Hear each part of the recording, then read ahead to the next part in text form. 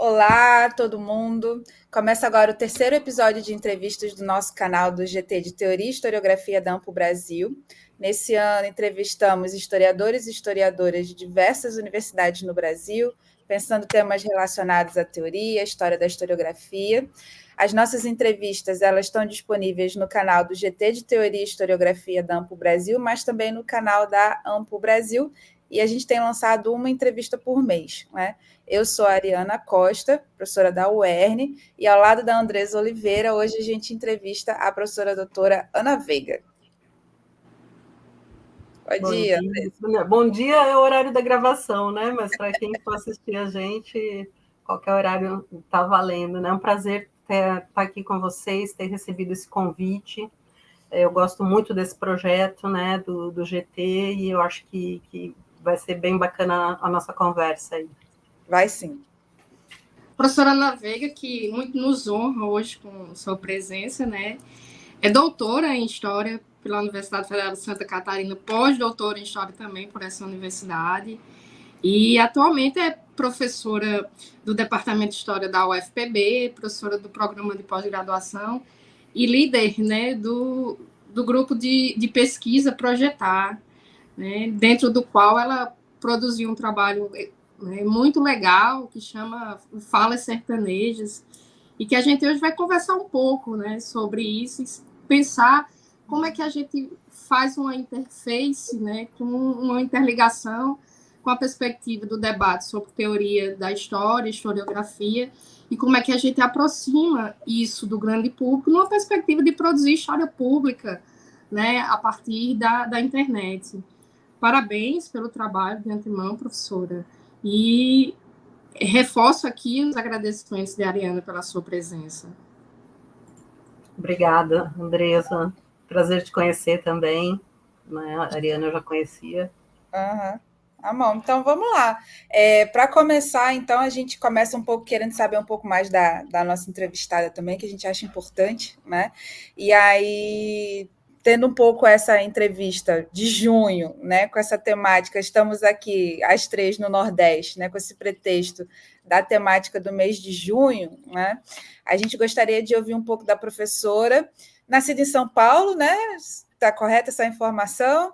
Formada em Santa Catarina, atuante na Paraíba e que coordena, lidera um grupo de pesquisa, o Projetar, que tem mobilizado temas muito caros para a gente aqui no Nordeste, aqui nesse mês de junho, né? Então, é possível dizer, Ana, que além das referências teóricas que você mobiliza, né, você traz algo dessa sua trajetória para o seu interesse na discussão sobre as margens? Com certeza, né? Assim, falar um pouco sobre junho, né? Eu acho que junho é uma unanimidade, mesmo nas capitais do Nordeste, né? Da Bahia para cima, vamos dizer, principalmente, né? Então, diferentemente também do interior de São Paulo, né? Eu passei infância, adolescência em São Paulo, saí de lá já faz mais de 30 anos, faz bastante tempo, assim, né?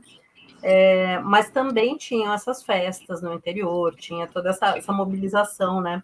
Agora, eu quero destacar, e aí tem um paralelo com as minhas pesquisas sobre mulheres sertanejas, né? Que é essa relação dos sertões nordestinos, né? Do São João para os sertões nordestinos, né? Que as pessoas passam o ano para viver o mês de junho, né? É muito interessante, assim, porque é o tempo do milho, é o tempo da colheita farta, né?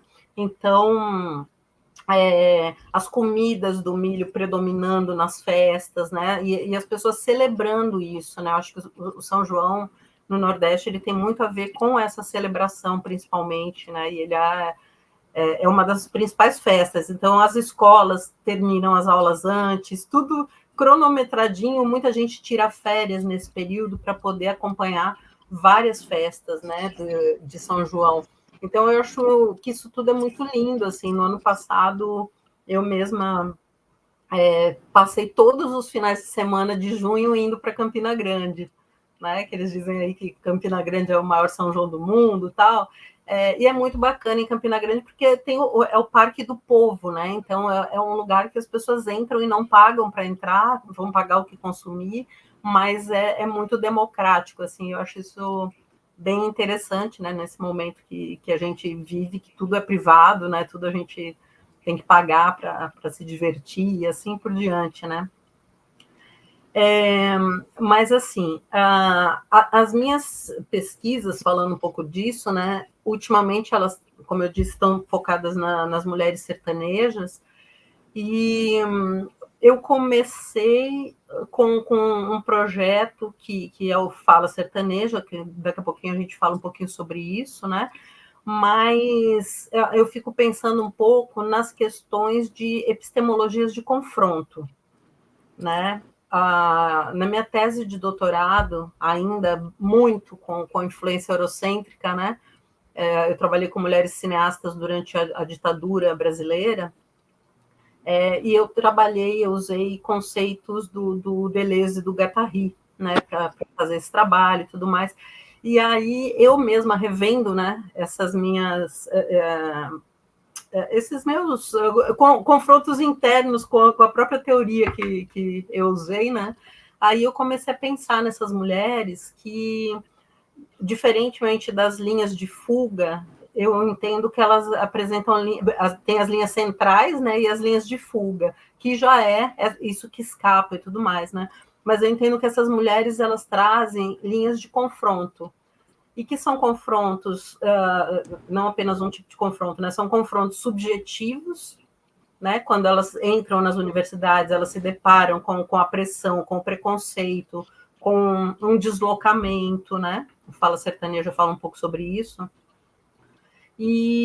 Mas também elas apresentam linhas de confronto teórico, que é justamente buscar teorias outras, né? Então, um pouco nessa linha da perspectiva decolonial, mas também contracolonial, né? Se a gente for pensar Nego Bispo, né? E autoras pretos, indígenas, quilombolas, né? Pretas. Então, eu acho que entra um pouco isso. Aí, voltando à questão dessa relação das mulheres sertanejas com o junho, né? A gente está falando do milho, a gente está falando da alimentação. Então, a gente percebe também que essas mulheres, quando elas chegam às universidades, quando elas chegam, né, vamos dizer assim, elas levam com elas também outros saberes que são passados lá pelas avós, pelas tias, pelas mães, né, que tem a ver com cuidado, mas tem a ver com alimentação, né, tem a ver com os chás, com as ervas, as raízes, para tirar as mazelas do corpo, mas também do espírito, né? Junto com as rezas, os banhos. Então, acho que tudo isso faz um conjunto de saberes próprios dessas mulheres, né? E eu acho que a minha discussão sobre as margens, não só a minha, como das colegas do grupo também, do Projetar, né? Eu acho que elas passam um pouco por isso, elas são atravessadas por isso tudo, né? E por uma necessidade de acolhimento também no meio acadêmico. Deixa eu só tirar. São os spams matinais, né? O acolhimento, né, no meio acadêmico a esses outros tipos de saberes que, de uma certa maneira, vão confrontar as epistemologias eurocêntricas que nos formaram, né, vão confrontar, mesmo no Brasil, né, eu acho que a gente também tem um pouco isso, a questão dos eixos, por onde que passa a história regional, por onde que passa a história nacional, né?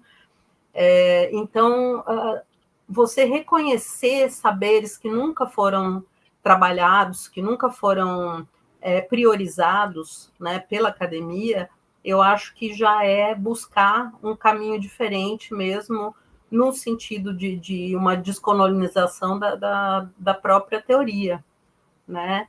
E falando só um pouquinho sobre a Projetar, né, nós somos um grupo que tem um professor só, oficialmente registrado, que é o Paulo Souto Maior, mas a gente tem mais de 30 professoras de diversas universidades, majoritariamente do Nordeste, né? Mas também tem gente de Minas Gerais, tem gente até do Paraná agora, mais recentemente, né? Nessa compreensão dos sertões como os interiores, né? Como a distância dos grandes centros, não necessariamente do litoral, mas dos grandes centros de poder, de ensino, né? Desses lugares mais situados, né? E todas nós trazemos a margem como o nosso centro, é o nosso centro de interesses, é o nosso centro de pesquisas, né? Então, acho que mais ou menos isso, né? Juntando com as tradições, com as pesquisas e com o grupo.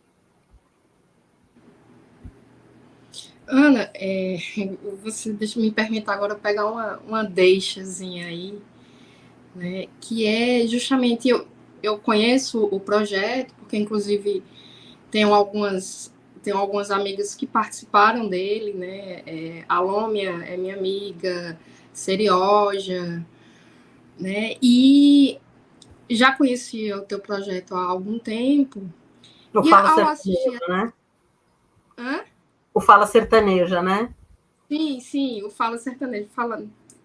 Falando especificamente, né, daquele momento, né, do projeto que se encerra em 2022, mas que parece-me que tem uma continuidade, né, no que você falou agora. Em que sentido? Né? Eu sou paraibana, de Campina Grande, né, e a partir desse lugar me fica alguns questionamentos. Sobretudo, do ponto, se a gente está pensando numa perspectiva da teoria da história, de pensar a teoria da história, a gente está pensando também a história dos conceitos. Né? A gente não constrói teoria, não problematiza a teoria sem problematizar conceitos. E aí, quando você fala nesse conceito de sertanejas, eu queria que você me desse a ler de forma um pouco mais clara como é que vocês pensam esse conceito de sertanejo, o que é esse sertão?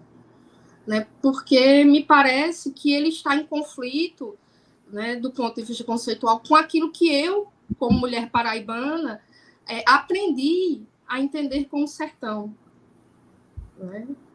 Sim. Porque você, depois eu complemento, por favor. Não só na Paraíba, né? Eu acho que o Durval Muniz ele explica bem isso, que esse sertão, como se entende hoje, ele é um sertão do século XX, né? Porque na literatura portuguesa já aparecem os sertões de África, né? Aparecem os diversos sertões como os interiores mesmo, né? E a gente recupera um pouco isso, essa questão do sertão como interior e não como semiárido, né? Então, aqui na Paraíba, às vezes as pessoas falam, eu não sou sertaneja, eu sou do Brejo, eu não sou sertaneja, eu sou de outras regiões, assim. E então a gente explica um pouco isso, né? Que a gente está lidando com sertões como esses lugares distanciados dos centros maiores, né? E os centros maiores podem ser tanto João Pessoa quanto Campina Grande, sendo que Campina Grande também pode entrar nisso, dependendo da maneira como a gente interpretar, né? Mas, enfim, não temos entrevistados, eu acho que de Campina Grande especificamente. Mas, assim, então, os sertões, eles são compreendidos nessa amplitude, e não na questão climática especificamente, né, do semiárido especificamente, né, dentro dessas pesquisas. Então, a gente está falando também, do sertão do Paraná, a gente está falando do sertão de Goiás, né? A gente está falando do sertão lá de Tocantins, e essas pessoas que estão no grupo e que se auto-reconhecem, né, nessa especificidade, que seria o interiorano, o caipira, tem vários termos pejorativos, inclusive, usados, né, para falar das pessoas provenientes do interior, mas a gente está entendendo isso como sertões, e para além do conceito sertão, sertaneja, né, a gente tem desenvolvido o conceito de sertanidade, né? Então, a Cláudia Vasconcelos, que já começa a falar sobre isso lá na dissertação dela, depois a Vânia Vasconcelos também, a gente vem tentando trabalhar de uma maneira não essencialista o que seria a sertanidade, né? Então, a Lômia fala um pouco sobre isso, né? O sertão em mim. Então, o que eu trago do sertão? Ela fala, eu trago humor, o acolhimento, a alegria, né? As próprias entrevistadas vão fazendo um pouco essa leitura do que seria essa sertanidade para elas, né? Então, eu acho que é mais ou menos por aí que a gente vem trabalhando, né? Discutir o próprio risco de essencialização, mas entender também que esse essencialismo ele já existe quando a gente pensa nos estereótipos do que é uma mulher sertaneja, do que é um homem sertanejo, né? Então, é um pouco com isso que a gente lida, né? No Fala Sertaneja, tem mulheres de até 70 e poucos anos entrevistadas ali, de 60 anos, na faixa dos 40, 50 também, e as estudantes, as mais jovens, né? Que vão para a universidade e chegam com todo o gás, né? A logomarca da Projeta até é uma jovenzinha com cabelo raspado, assim, uma câmerazinha segurando assim no olho, né? Então, a gente está ligado, né, nessas relações passado-presente, mas se a gente for pensar nos termos da interseccionalidade, que é um conceito fundamental, né, a gente pensa também em racialização e em território. Racialização pensando não apenas pessoas pretas e indígenas, mas os próprios sertões como territórios racializados, né, na visão pejorativa, nos estereótipos, como eu estava dizendo, né? Uhum. Mas você não acha que essa perspectiva de pensar o sertão volto a falar como do meu lugar de mulher paraibana, porque os sertões, eles têm várias faces, desessencializados, como você coloca aí, né, nessas sertanidades. Mas o que vocês nomearam de sertanidades, em algum momento, será que não fere outras narrativas de si, né? Como, eu sou brejeira, né? Eu sou do Curimataú, então tem isso. E aí eu fico pensando, é só uma provocação, isso aqui nem é você não tem que defender o seu ponto de vista, mas é no sentido da gente pensar a produção de conhecimento sob múltiplas perspectivas, né? Será Sim. que não é um pouco bandeirante essa coisa de achar que tudo aquilo que avança do litoral é o sertão, sendo que existem outras identidades que as pessoas se dão, que elas se apropriam e que está ali dentro desses costumes e desses saberes que você quer mapear, quer cartografar historicamente de alguma forma? Uhum. Não, muito boa a sua pergunta. A gente discute isso, né? A gente discute. Se você for ver, até a própria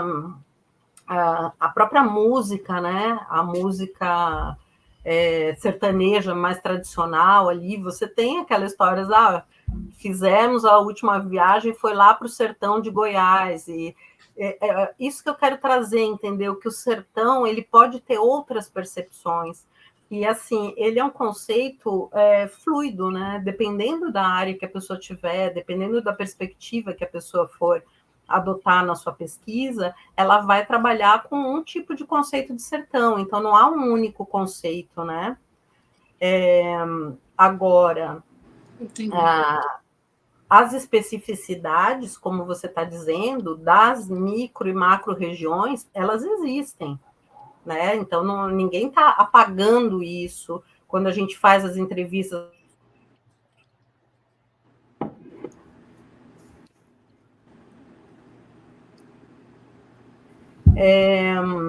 Mas, assim, o pertencimento a um lugar que é um lugar interiorano, que é um lugar que está distante, por exemplo, e contraposto, muitas vezes, a esses lugares de predomínio, de hegemonia, né, da nossa própria história.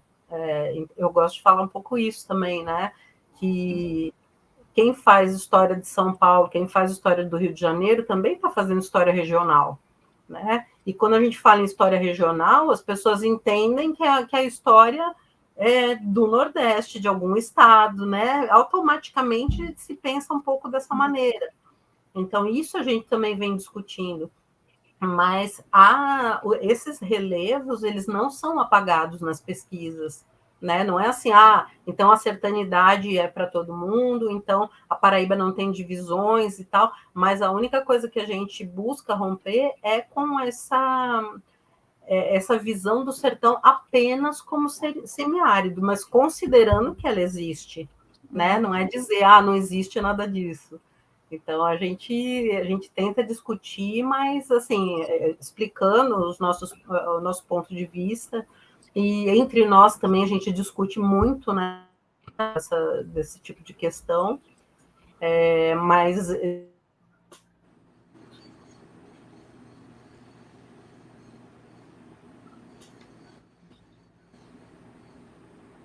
que a gente tem em cada estado, né? Então...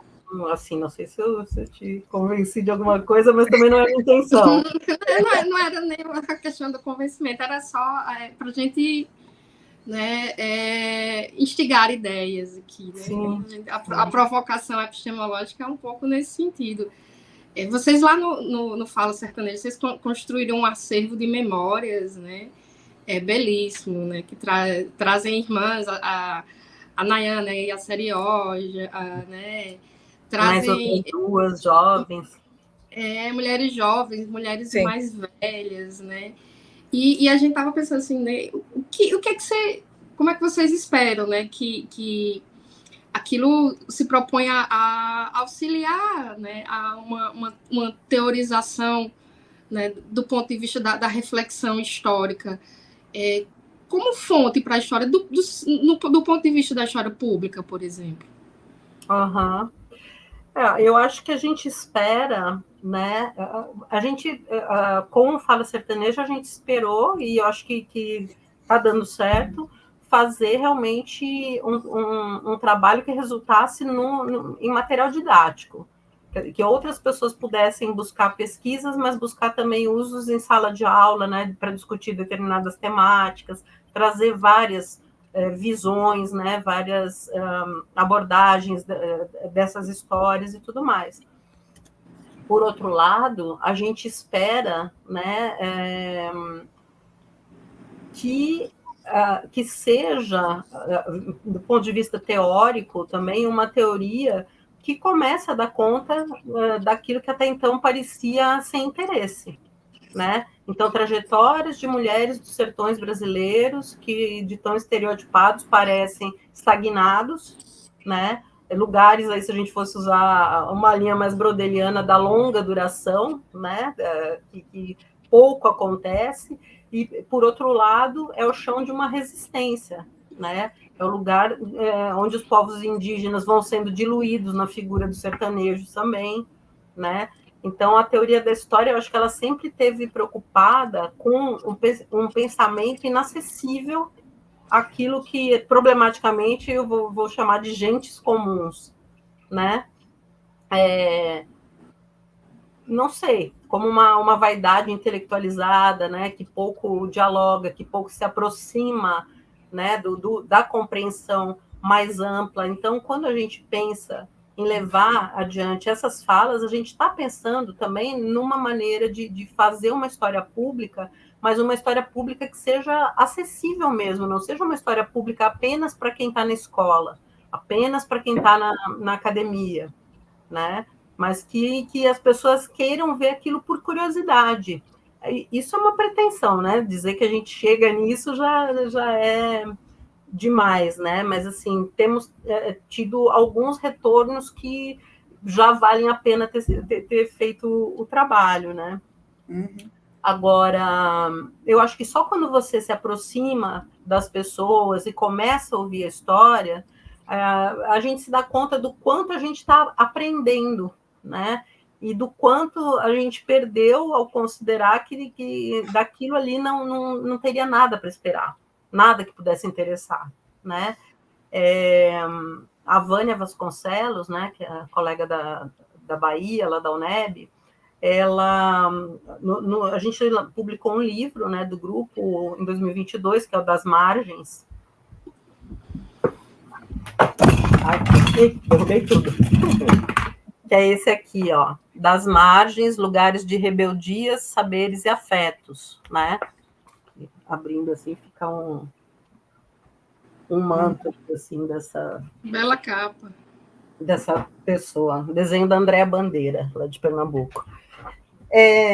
Então, a Vânia Vasconcelos, ela traz um conceito ali que para a gente ficou muito caro, que é o de feminismo aprendente, né? Então, assim, majoritariamente o grupo é composto por mulheres professoras feministas, né?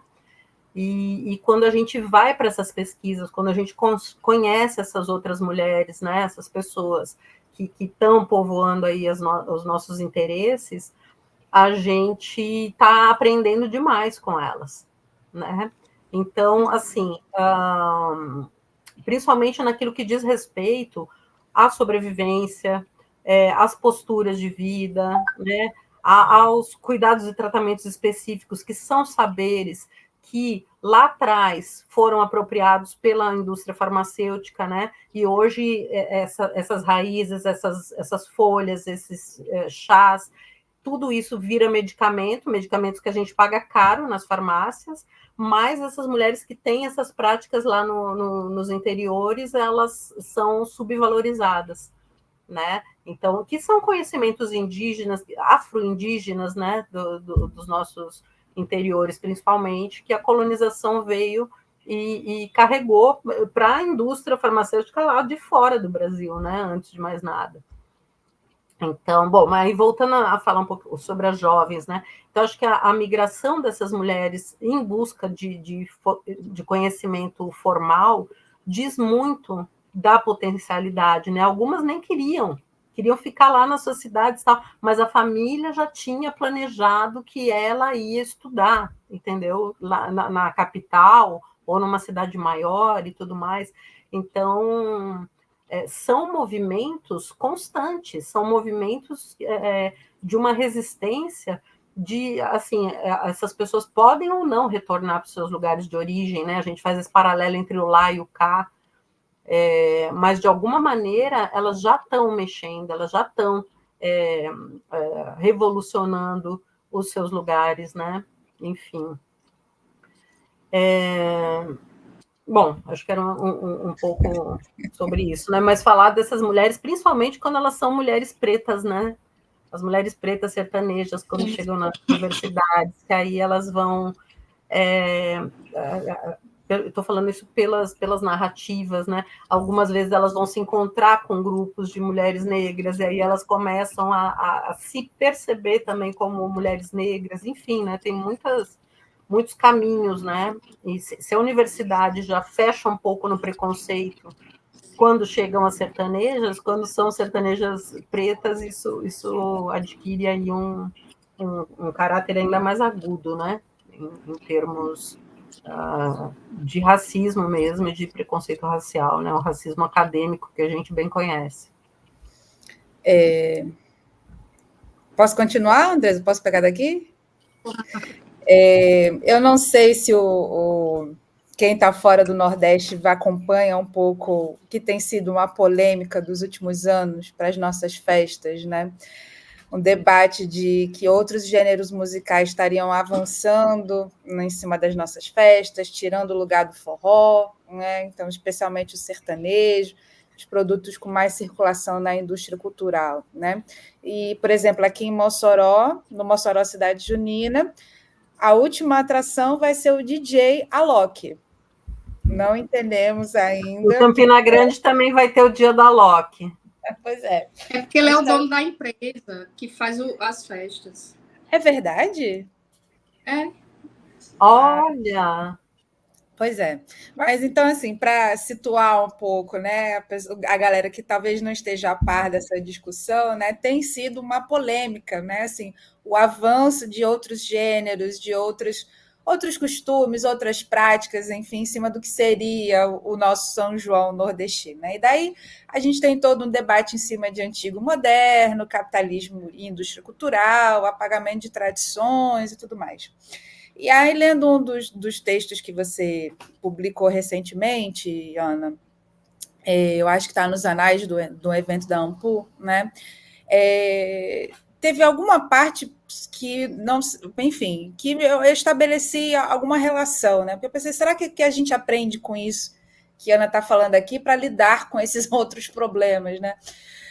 Então você diz assim, eu vou tomar a liberdade de citar assim, você menciona que as mulheres no projeto são mulheres migrantes, você já vem falando aqui, né? Que vivem múltiplas experiências entre costumes e sotaques diversos, que as confrontam ou que elas oferecem àqueles de seu convívio, né? São mestiças culturais, como expressaria Anzaldúa, retirantes afetivas. Suas vozes, seus olhares são o que há de mais valioso a oferecer à pesquisa e ao ensino de história por meio de uma câmera aberta e de ouvidos, olhos e braços que acolham o que bem ou mal consigam fazer, né?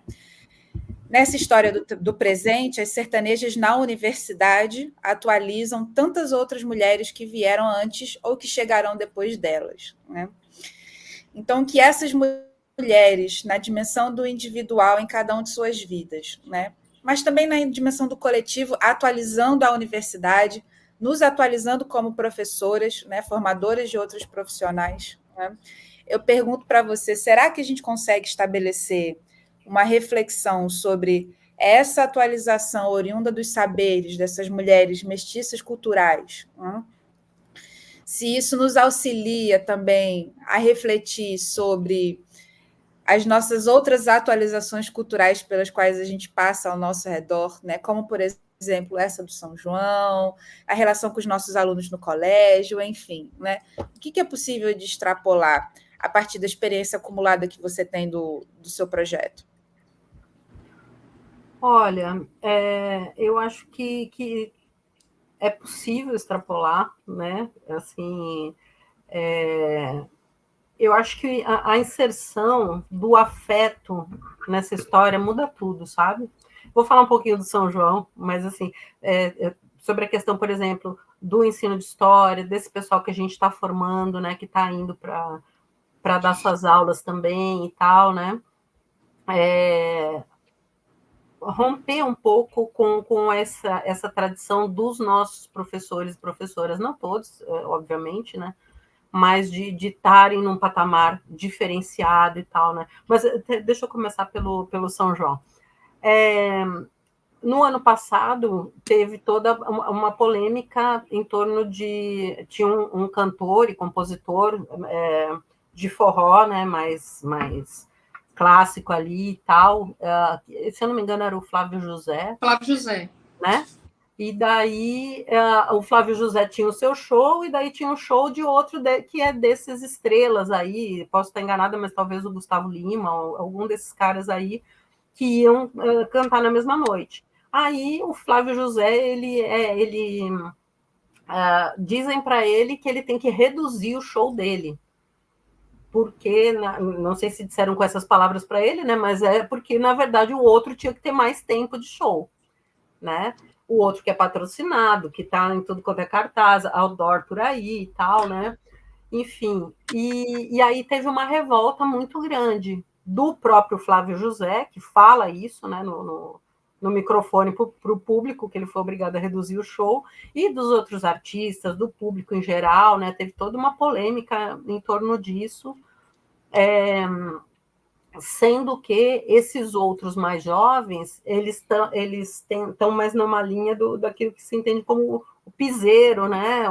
É um forró, mas é o forró, aquela coisa eletrônica do batidão, enfim, que são esses caras que eu nem vou falar o nome para não dar publicidade, mas então o tradicional, aquilo que gerou a própria festa e tudo mais, estava sendo deixado de lado, né?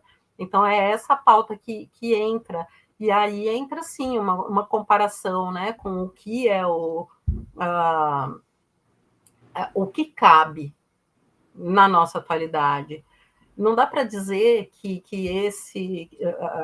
esses ídolos que levam multidões aos seus shows hoje em dia possam ser desprezados, né? Afinal de contas, eles estão ali e as pessoas estão esperando para vê-los também, e eles chamam o público, né? Por isso, afinal, que eles estão ali. Mas e a tradição, onde é que fica? Né? E aqueles clássicos que estão lá desde o início, a própria Elba Ramalho, né, que está lá desde o início, e que hoje em dia já adota no seu jeito de cantar uma entonação que lembra as cantoras sertanejas em algumas músicas, né? Eu percebi isso no ano passado. Mas, enfim, para dizer que, no meu entendimento, o equilíbrio, né? O equilíbrio entre o passado que não passou, porque, afinal de contas, hoje eu estou trabalhando com uma pesquisa sobre, que eu chamei inicialmente de mulheres de cura, mas agora eu estou chamando de guardiãs de saberes ancestrais, que diz justamente isso, né? Essas práticas, essas mulheres, esses cantores e tudo mais, eles são colocados como algo do passado, mas eles não estão no passado, porque eles estão vindo até hoje. As práticas e a própria música dessas pessoas, ela está aí e continua tendo seu público e tudo mais, né? Assim como os saberes dessas mulheres. Então, o novo vem, e não dá para fechar as portas para o que vem, né? Mas problematizar isso e, de uma certa maneira, fazer esse diálogo, né? A gente vê essas disputas por espaço e tudo mais, né? Mas é bom que tenha realmente essas manifestações, porque aí as coisas retomam, né? Uma linha mais coerente e tal. Mas a gente vê isso também na academia, a gente vê isso na historiografia, né? A gente vê, parece que não tem lugar suficiente para todo mundo, daí fica uma linha de pensamento querendo invalidar a outra, querendo, né, minar o campo da outra e garantir uma hegemonia que não faz sentido, né? Não faz sentido porque a gente vive num momento que quanto mais possibilidades de pensar diferente a gente puder oferecer para estudantes, né, para o pessoal que está se formando, para que leve também para salas de aula, melhor, porque, do contrário, só resulta no que a gente está vendo acontecer, que é essa onda horrorosa, conservadora que a gente tem por aí, e que a gente não consegue se livrar dela. Por quê? Porque não pode falar de gênero, não pode falar de raça, não pode falar de nada em sala de aula, de religião, né? E ao mesmo tempo também não pode falar disso na academia, né? Então é muito complicado isso. Eu acho que uma coisa vai influenciando e vai se entrelaçando com a outra, né? Enfim. Eu acho que... Pode ir, André. Pode ir. Assim, eu fico pensando também, né, como a Ana falou aí, numa perspectiva do ensino de história, para pensar, né, como não é possível conceber uma teoria que em algum momento possa se desprender de uma prática. Né? Não há conhecimento histórico que não seja pensado para ser ensinado. O que todos nós queremos é que as nossas teses e dissertações sejam lidas e ensinadas nas escolas.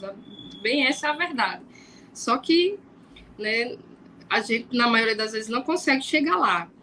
E aí, pensando nessa perspectiva, né, eu te pergunto, Ana, assim, como é que a gente pode, a partir de projetos como esse teu, aliançar isso de uma forma, né, mais, vamos dizer assim, mais irmanada mesmo, mais sem essas rupturas que normalmente acontecem dentro dos departamentos, por exemplo, que é uma coisa extremamente arcaica, de ouvir de colegas, não, eu sou professora de conteúdo, de disciplina de conteúdo, eu sou de teoria, você é de ensino. né? Coisas que são tão sem sentido, mas que a gente ainda ouve. Né? Como é que você acha que essas pesquisas têm essa potencialidade? Olha, eu acho que você diz aí que o que a gente quer é que as nossas teses cheguem nas salas de aula. Nem sempre foi assim, né? E não quer dizer que seja, né? Algumas pessoas, como nós, eu acredito, têm essa preocupação, né? Mas realmente nem sempre foi assim, nem todos os colegas estão pensando dessa maneira, né? Concordo totalmente. A teoria tem o chão, né? A teoria tem seu chão, ela surge de alguma inquietação específica, ela vem responder, ela vem proporcionar diálogos acadêmicos, né, e tudo mais, mas ela tem que ter uma conexão ali, né? E muitas vezes no nosso campo aí, né, teoria, historiografia, tal, muitas vezes ela está ligada ainda aos grandes nomes, homens, né, para a gente ser mais específica, aos grandes nomes aí, então, aos grandes escritores, aos grandes historiadores, né, tem sempre... e aí a gente chega querendo um pouco ir para o outro lado mesmo, ir para o outro lado e entender que também pode ser feita teoria dali, dessa prática, dessas pessoas que a gente está trabalhando, que a gente está tentando buscar aí o conhecimento e tudo mais, né? Eu acho muito enriquecedor mesmo que isso possa acontecer hoje, assim como pode acontecer a tese, o artigo em primeira pessoa, né? Há pouco tempo atrás a gente estava muito distante disso.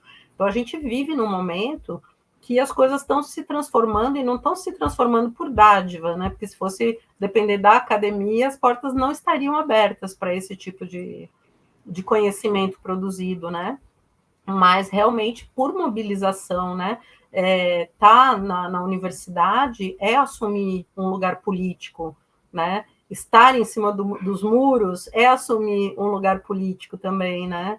Então eu acho que a gente entra nessa brecha da riqueza que essas pessoas tão diversas começam a trazer para nós quando elas entram nas universidades, né? E eu acho que isso dialoga com muito mais facilidade com o ensino de história do que aquilo que parecia o incompreensível, né? Então, você chegar, trazer exemplos, tal, que podem te levar a enlaçar uma teoria e fazer uma discussão sobre aquilo, né? Mas a partir mesmo desse cotidiano das pessoas, do popular, daquilo que com quem os alunos e alunas vão lá e se identificam também, né? Eu acho que é outra pegada, né? E eu acho que por isso também que eu opto, também tenho uma carreira pregressa com produção audiovisual, né? Mas eu opto por trabalhar com o audiovisual como metodologia para o ensino de história. Então, assim, né, por meio do audiovisual, fazer esse entrelaçamento entre a teoria que está ali e que parece algo inacessível, né? Mas trabalhando com ela para que ela seja palatável, para que ela seja compreensível e que ela possa chegar também na sala de aula, né? De uma certa maneira.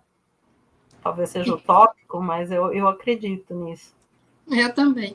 Então, eu acho que a gente pode dizer que os corpos indóceis das mulheres dentro da academia trazem consigo um mapa de descolonização possível? Trazem, não de todas, né? Porque tem muita mulher que é totalmente na mentalidade colonizadora, né? Eu acho que isso está crescendo e, assim, o próprio grupo, né, de pesquisa, a gente se uniu na perspectiva da gente ir na contracorrente do competitivismo acadêmico, do individualismo, né? Então a gente se puxa, a gente publica, a gente se lê, a gente discute os textos umas das outras, né? E sempre se impulsionando, né? Para a gente fazer também acontecer de uma outra maneira. porque do jeito que estava, eu acho que, para mim, pelo menos, não estava muito mais instigante, interessante, né? Hoje, sim, eu vejo sentido nas coisas que eu faço, e também por saber que eu não estou sozinha, né? Que tem outras pessoas que também estão pensando assim, que estão discutindo dessa forma. Eu acho que isso, para mim, é importante. Tu fala nas coisas que você faz, né? Assim, você já está há um ano aí à frente da Ampul. E, assim, me parece que o trabalho acadêmico, o trabalho na extensão, acaba sendo também um trabalho de militância, né? De uma militância que se capilariza sobre vários aspectos, né? A partir de várias margens, né? E eu te pergunto, assim, o que esperar da Ampul nesse sentido? A Ampul, ela pode também se tornar um espaço de militância, de fato, no sentido de construir uma consciência histórica entre nós, historiadoras e historiadores, de que o nosso papel passa por essa militância, seja pela educação, seja por direitos sociais, seja em defesa de direitos humanos, e tantas pautas que às vezes a gente acaba passando de largo, talvez porque nós estejamos sempre tão ocupados com o nosso próprio mundo, nosso próprio caos dentro das universidades, e tendo que dar conta disso. Como é que a gente pode pensar em criar uma unidade entre historiadores e historiadoras nesse sentido? Você acha que isso é possível? Olha, unidade, eu não acho que seja possível, não. A gente faz em agosto, né? Oficialmente, dia 1º de agosto, vai fazer um ano que a gente assumiu a gestão da Ampul. Só que as demandas começaram lá atrás, já com a eleição da chapa, que hoje é diretoria, né? Felizmente, a gente está fazendo parte aí desse momento de transição, né? De uma diretoria muito enxuta para tanta demanda, para a diretoria ampliada, né, que hoje são 11 diretorias dentro da Ampul, né. É um espaço de militância, porque, assim, as demandas que vêm para as diretorias são demandas de militância, as diretorias são compostas por pessoas que estão em GTs ou redes, né. Então, a militância pelo patrimônio, a militância pelas questões étnico-raciais, a militância pelo ensino de história, tem 2 diretorias, uma pensando em ensino básico e a outra pensando licenciaturas e bacharelados, né? Então, tem muitas lutas acontecendo o tempo todo e a gente está se inserindo, está participando, está tentando representar a nossa comunidade, né? Então, por isso também essa relação intrínseca entre as diretorias e os GTs, né? A gente tenta trabalhar isso bastante junto. Agora, são muitos os desafios, sabe? E a gente percebe internamente, e mesmo com as demandas que vêm de fora, que não há unidade, e a gente tem que justamente lidar com as diferenças de opinião, com as diferenças de campo, de área mesmo, de campo de pesquisa, que às vezes vêm também e entram nos debates, sabe? Mas antes de tudo, a gente pensar que a gente está ali para acolher, para escutar e para tentar encaminhar da melhor maneira possível, quando for da nossa alçada, né, as questões e os problemas que vão aparecendo, né? Às vezes individuais, às vezes coletivos. Então, você lança uma nota de apoio a uma colega negra do ensino básico lá do interior de São Paulo que foi demitida por se manifestar, por levar questões étnico-raciais para o debate na sala de aula, mas também entre os colegas e tal, do Estado, funcionário do Estado, ela é demitida. Daí você lança uma nota de apoio, de indignação e tal, não sei o quê. Aí já vem nos comentários, mas uma notinha só não basta, porque não sei, a gente sabe que uma notinha só não basta, mas a gente tem,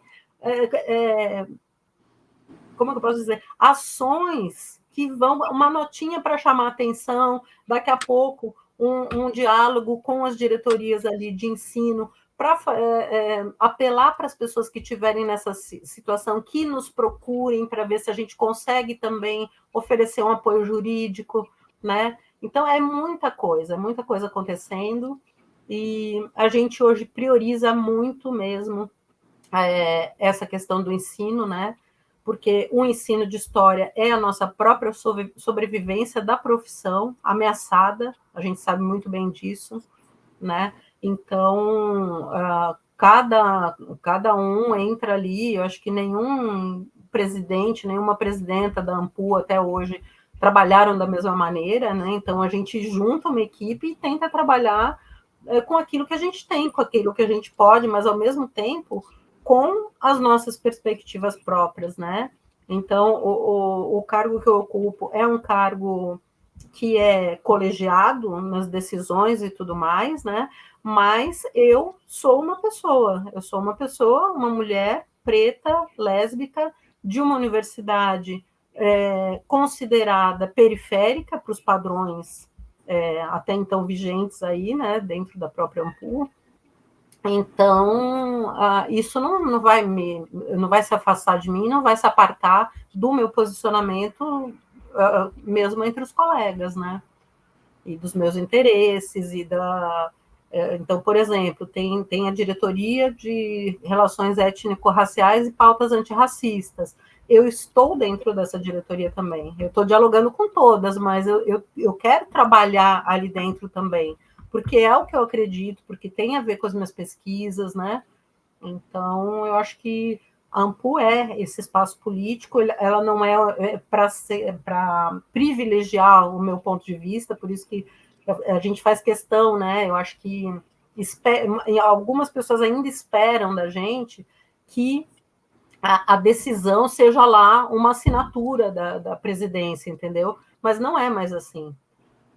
Para ter essa assinatura, pode ter certeza que esse documento passou por várias instâncias, entre as diretorias, no conselho consultivo. Então, assim, acho que isso é importante, né? A gente compartilhar para o peso também não ficar, apesar de ser o meu CPF, né? Mas para o peso não ficar em cima de uma pessoa só, né? Enfim, falei bastante, mas não sei se respondi o que vocês. Não, foi ótimo. Muito obrigada. Tá, sim. Eu acho que então a gente pode encerrar a nossa conversa por hoje. Ana, muito obrigada pela sua participação, muito obrigada pelo seu tempo, muito obrigada pelo diálogo, né? A gente deseja sucesso nos projetos que você tem, na condução da AMPU, não é? Obrigada. E convida todo mundo a acompanhar os trabalhos, tanto da AMPU no canal da AMPU Brasil no YouTube, quanto do GT de Teoria e História da Historiografia. Andresa, Ana? Valeu. Eu queria só dizer também, para finalizar, que a gente está vindo agora com novidade, uma renovaçãozinha no nosso site, né? Que o site História Aberta vai ser um nicho de história pública dentro do canal do site da AMPU. Então, daqui a pouco, essa nossa conversa aqui também, ela vai estar dentro desse nicho História Aberta lá, daí quem puder depois acompanha, eu acho que no máximo em um mês já vai estar no ar. Tá bom, perfeito. Obrigada, pessoal. Obrigadão, gente. Um abraço grande para todo mundo.